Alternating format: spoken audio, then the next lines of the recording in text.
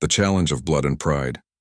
The Obsidian War Council chamber stretched 50 meters high, its walls carved from a single asteroid and polished to mirror perfection. Lieutenant Maya Rodriguez stood in the center, surrounded by beings that made Earth's ancient legends seem tame.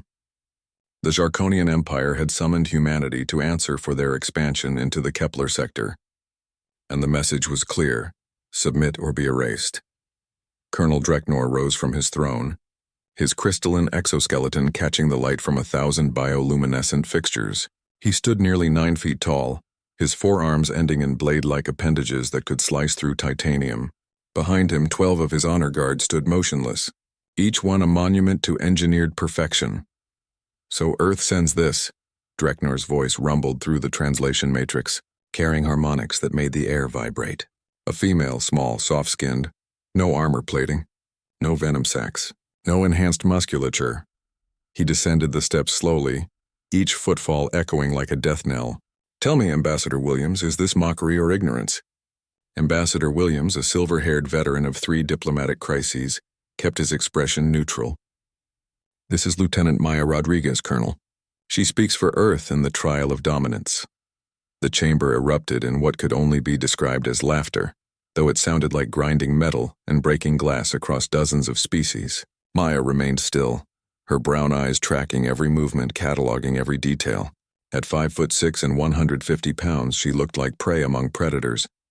Dreknor circled her, his sensory organs analyzing everything from her heat signature to her chemical composition. "Your species has been in space for barely 3 centuries. We have perfected warfare for 20,000 years. Our warriors train from hatching in environments that would crush your bones to powder. They consume proteins that would poison your blood. They fight in conditions where your flesh would boil or freeze within seconds." He stopped directly in front of her, lowering his head until his compound eyes were level with hers. "You are weak, Lieutenant Rodriguez. Your entire species is weak, fragile, temporary. You are mayflies playing at being gods." Maya met his gaze without flinching. "Perhaps, Colonel, but mayflies still fly." The chamber fell silent. Dreknor's mandibles clicked in what might have been surprise or irritation. The trial of dominance is ancient law. One champion against one. No weapons beyond the body. No armor beyond the skin. Combat until yield or death. The victor's species claims the disputed territory. He gestured to a massive figure emerging from the shadows. "This is Vorathos, my apex guard. He has never been defeated. He has killed warriors from 73 worlds. His genetic code has been refined through 40 generations of selective breeding. He feels no fear. He knows no mercy. He is the perfect weapon." Vorathos stepped into the light, and Maya understood why entire worlds surrendered rather than face Zarkonian wrath. He stood over 8 feet tall, his body a nightmare of overlapping plates, retractable spines, and coiled muscle. His 6 limbs could function as arms or legs depending on need. Thermal vents along his spine released waves of heat that distorted the air. His eyes, all 8 of them, locked onto Maya with the focus of a hunter that had never known failure. "At dawn," Dreknor announced, "we gather in the Crucible Arena. Your champion will face Vorathos. When she falls, and she will fall, Earth will cede the Kepler sector and all its resources.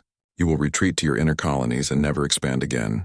This is mercy, humans. We could simply take what we want, and when she wins?" Ambassador Williams asked quietly. Dreknor's laughter was like an avalanche. "If your mayfly defeats the Apex Guard, the Kepler sector is yours. We will withdraw our fleets and acknowledge your claim." He leaned forward. "But that will not happen. Vorathos has killed champions twice her size, 3 times her strength, with reflexes that make her seem frozen in time. She will die screaming, Ambassador, and her death will teach humanity its proper place." Maya spoke for the first time since entering the chamber, her voice calm and clear. "What time at dawn, Colonel?" Dreknor turned back to her, surprised she was still speaking. "First light. Why?" "I want to make sure I get enough sleep," Maya replied. "Wouldn't want to be tired for something this important." The chamber erupted again, this time in outrage. The audacity of this human, this fragile creature, showing not just courage but casual confidence. It was insulting. It was absurd. It was, Dreknor would later realize, the first warning sign.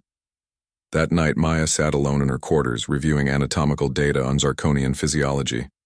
Her team had spent months gathering intelligence, running simulations, studying every recorded battle involving their species. Humans were weak. That was true. But humanity had learned something crucial during their evolution on Earth, something these mighty empires had forgotten. The strongest predator doesn't always win. Sometimes the smartest one does. She closed the data file and lay back, forcing her mind to rest. Tomorrow, she would show the galaxy what humanity really was. Not the strongest, not the fastest, not the most fearsome, but absolutely, undeniably the most dangerous.